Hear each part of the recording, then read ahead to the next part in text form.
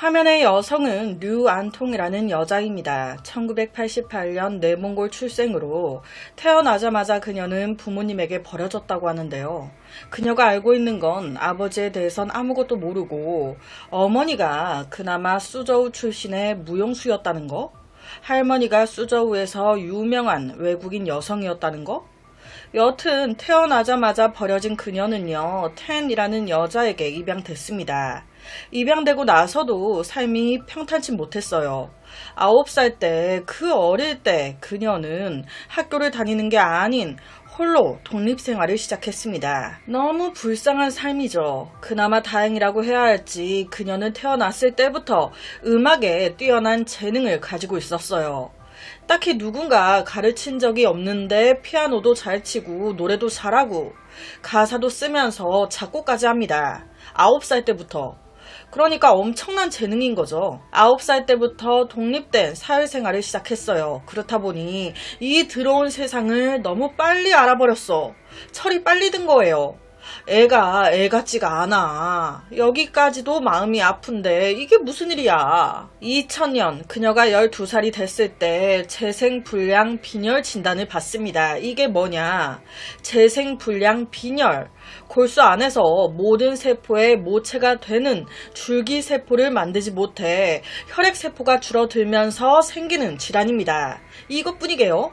다리에까지 문제가 생겨요. 점점 걷는 게 힘들어지네. 그런데 뭐 치료는 뭐 공짜로 합니까? 돈이 없는데 어떻게 치료할 거야. 이에 그녀는요, 같은 해 8월 치료를 받기 위해 베이징으로 넘어가서 치료비를 벌기 위해 병원 근처 지하 통로에서 노래를 부르기 시작합니다. 내가 할 수 있는 게 이것밖에 없으니까. 12살 그 어린아이가 얼마나 노래를 잘하는지. 한설인 그런 노래를 부르면 감정 전달이 말도 못해. 목소리의 진정성이 느껴져. 묵직한 무언가가 있는 거예요. 거기에 뭔가 알 수 없는 전체적인 우울한 분위기까지 더해져서 그녀 노래에 한몫했습니다. 얼마 안가 그녀는 이곳에서 유명해져요. 그녀의 노래를 듣기 위해 멀리에서 찾아올 정도. 그렇게 그녀는 이곳에서 몇 명의 오빠들을 만났습니다. 도와주고 싶다고, 같이 노래하자고. 이상한 사람들이 아닌 진짜 선의의 마음으로 가지고 다가온 거예요. 이 오빠들은요, 그녀를 위해 집도 구해주고요. 거기서 몇 명은 같이 살면서 밥도 해주고 돈도 보태주고 진짜 친동생처럼 힘이 되는 선에서 최대한 도와줍니다. 하지만 건강은 기다려주지 않죠. 그녀의 상태가 갑자기 악화되기 시작해요. 3일간 혼수 상태에 빠졌다가 깨어나는데 웬걸 눈이 안 보여. 이어서 3개월간 눈까지 실명됩니다. 3개월 지나서는 멀쩡해졌을까요? 아니요. 앞서 제가 그랬었죠. 다리에 문제가 있었다고. 이게 또 말썽이야. 허리 통증까지 더해지면서 아예 걷는 게 힘들어진 거예요. 목발을 짚고 다니기 시작합니다. 이때 그녀 나이 고작 15살. 15살 소녀가 태어난 그 순간부터 너무 계속 불행하잖아요. 부모도 건강도 그냥 너무 아이 인생이 외롭잖아. 2003년 이번에는 한 언니가 그녀에게 다가옵니다. 도와주고 싶어. 이 언니는요, 그녀에게 만위안 200만 원에 가까운 돈을 기부해주고요. 직접 기자까지 찾아가서 도움을 요청해요. 더 많은 사람들이 우리 류안통의 사연을 알 수 있게끔, 더 많은 사람들에게 그녀가 도움을 받을 수 있도록 기사를 좀 써달라. 그렇게 기자가 대충 상황 파악을 한 후에 사생아, 혼혈 소녀, 목발 짚고 걷는 소녀, 학교에 가고 싶어하는 장애인 가수, 15살 소녀는 한동안 혼자였고 무력했습니다. 장애가 있지만 강한 의지를 가진 이 소녀가 일어날 수 있게 많은 사람들이 힘을 주세요. 라는 타이틀로 여러 편 기사를 써줘요. 류안통의 사연이 급속도로 퍼지기 시작하면서 많은 돈이 그녀 앞으로 기부됩니다. 플러스로 많은 물건들까지. 그리고 이렇게 되게끔 만들어준 그녀 곁에 많은 오빠와 언니들, 이것도 복이죠. 좋은 일은 이것뿐만이 아니에요. 학교에 가고 싶어하는 장애인 가수라는 타이틀의 기사를 읽은 한 학교에서 우리 학교로 오라고 무료 입학에 집 한 채까지 마련해 준 거예요. 하지만 웬일인지 그녀는 그 학교에서 한 3개월 정도 공부하다가 다시 베이징으로 돌아와요. 정확히는 그녀가 치료비를 벌기 위해 시작했던 그 지하 통로로 자기와 함께 살면서 도와주고 있는 여러 오빠들과 집을 빌려 지하 통로에서 계속 노래를 부른 거예요.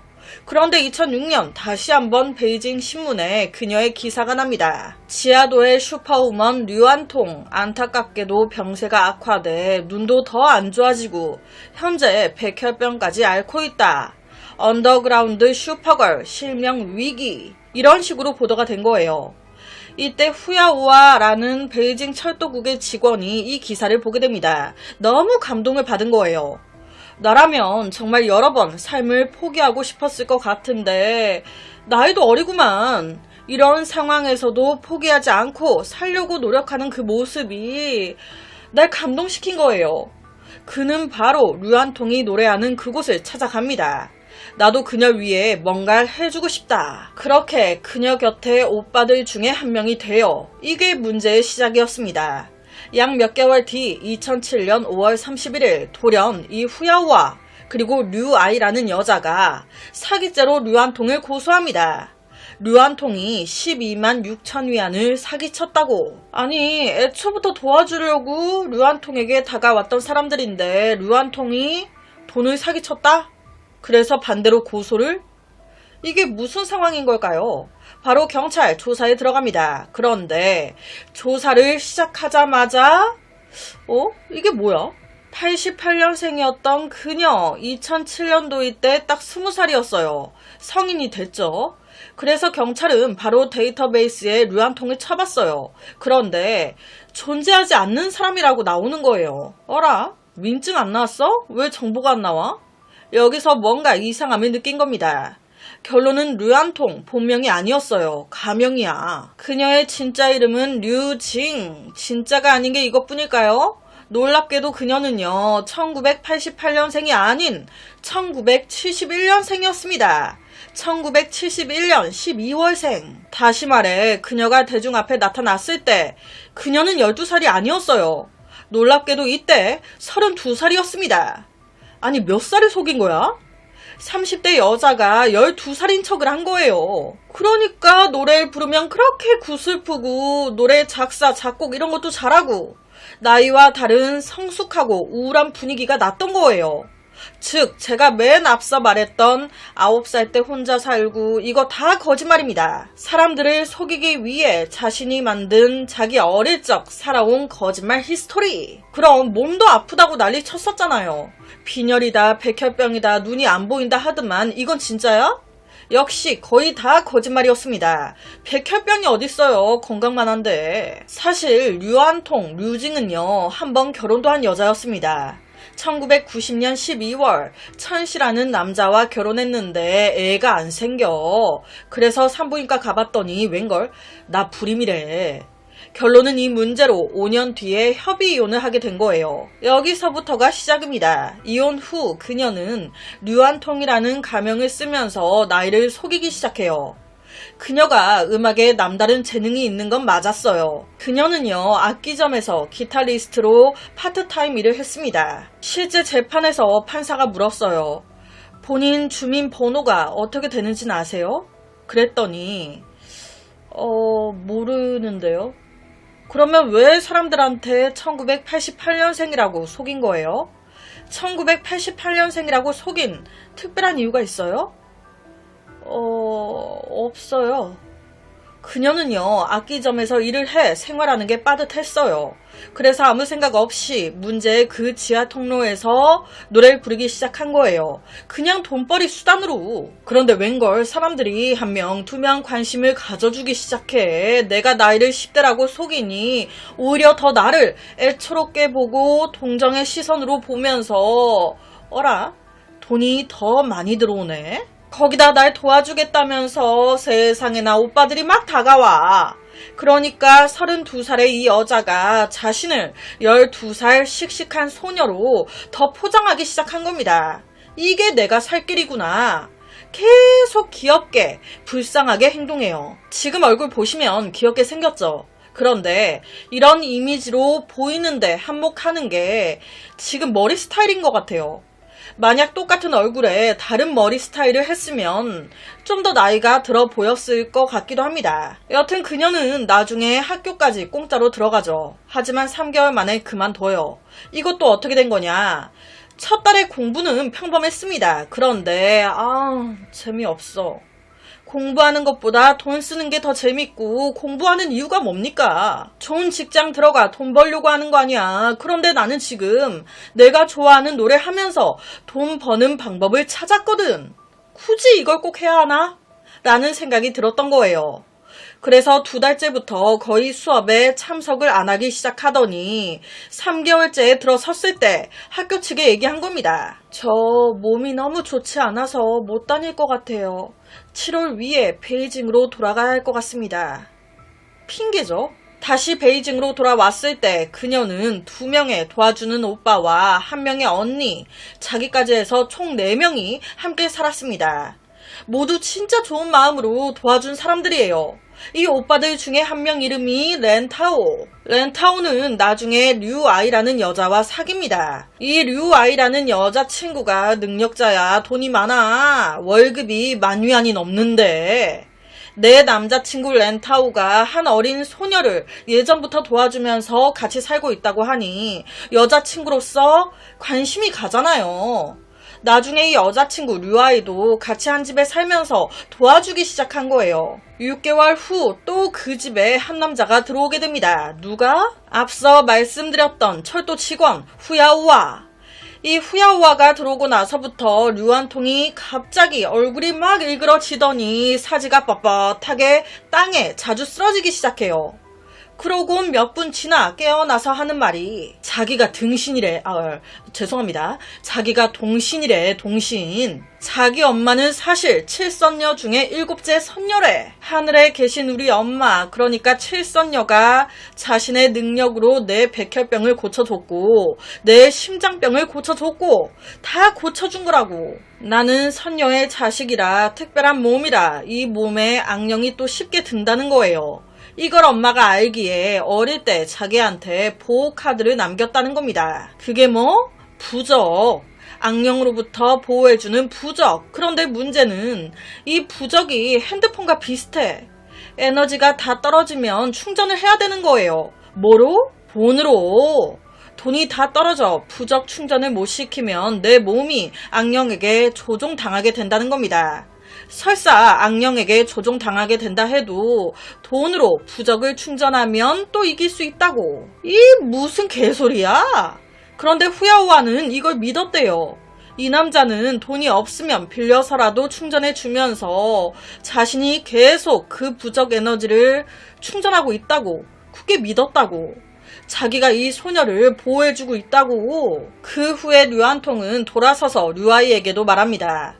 당신이 대신 내 빚을 갚아준다면 신께서 당신에게 작은 붉은 점을 찍어줄 겁니다. 당신의 공로를 기억하겠다는 표시죠. 와, 이건 무슨 또 산뜻한 개소리인가. 지 빚을 뭐 해달라고? 다행히도 여자의 적은 여자라고 이 류아이는 이 말을 믿지 않았어요. 2006년 11월 2사람은 허점을 발견, 경찰에 신고했습니다. 그때 류아이는 10만 2천 위안을, 후야오와는 2만 4천 위안을 쓴 상태였어요. 총 다 하면 12만 위안이 좀 넘죠. 실제 재판에서 류한통이 이 말도 안 되는 개소리에 대해서 뭐라고 했냐. 그냥 수다 떤 건데, 그냥 아무 말이나 했던 건데 이걸 저렇게 진지하게 받아들일지는 몰랐어요. 그리고 류아이나 후야오와가 준 돈들, 다른 사람들이 기부해준 돈들 다 저 혼자 썼나요? 다 같이 쓴 거예요. 다 같이 좋다고 써놓고 왜 저 혼자 짐을 짊어져야 합니까? 라면서 하소연을 했대요. 억울하다고. 그녀는 귀신 행세를 하며 돈을 사치한 것에 대해서 단호히 인정하지 않았습니다. 그냥 사소하게 장난친 거였다고. 난 그들한테 돈을 달라고 한 적이 없어요. 자기들이 마음대로 나한테 돈을 준 거지. 왜 내가 지들이 알아서 준 돈에 대해 왜 내가 책임을 져야 되냐고요. 내가 달라 그랬냐고. 류아이가 지금 일부러 저 먹이려고 그러는 거예요. 류아이랑 렌타오 둘이 연인 사이였습니다. 그런데 렌타오와 제가 친해 보이니까 류아이가 저 지금 골탕 먹이려고 거짓말하는 거예요. 질투 나가지고. 실제 후야오아와 류아이는요, 저 여자 저거 사기꾼이다. 그런데 렌타오는 류안통 무죄라고 굳게 믿었대요. 실제 재판에서 후야오아 뭐라고까지 얘기하냐. 자기가 한번 집에서 류안통과 같이 술을 마신 적이 있는데 완전 자기가 취했었다는 거예요. 그런데 갑자기 류안통이 자기를 침대 위쪽으로 이끌더니 키스를 했었다고, 너무 놀랬었다고. 그런데 이에 대해서 그녀는요, 완강하게 부정합니다. 나는 그런 적이 없다. 나는 그런 사람이 아니다. 그런데 모르죠.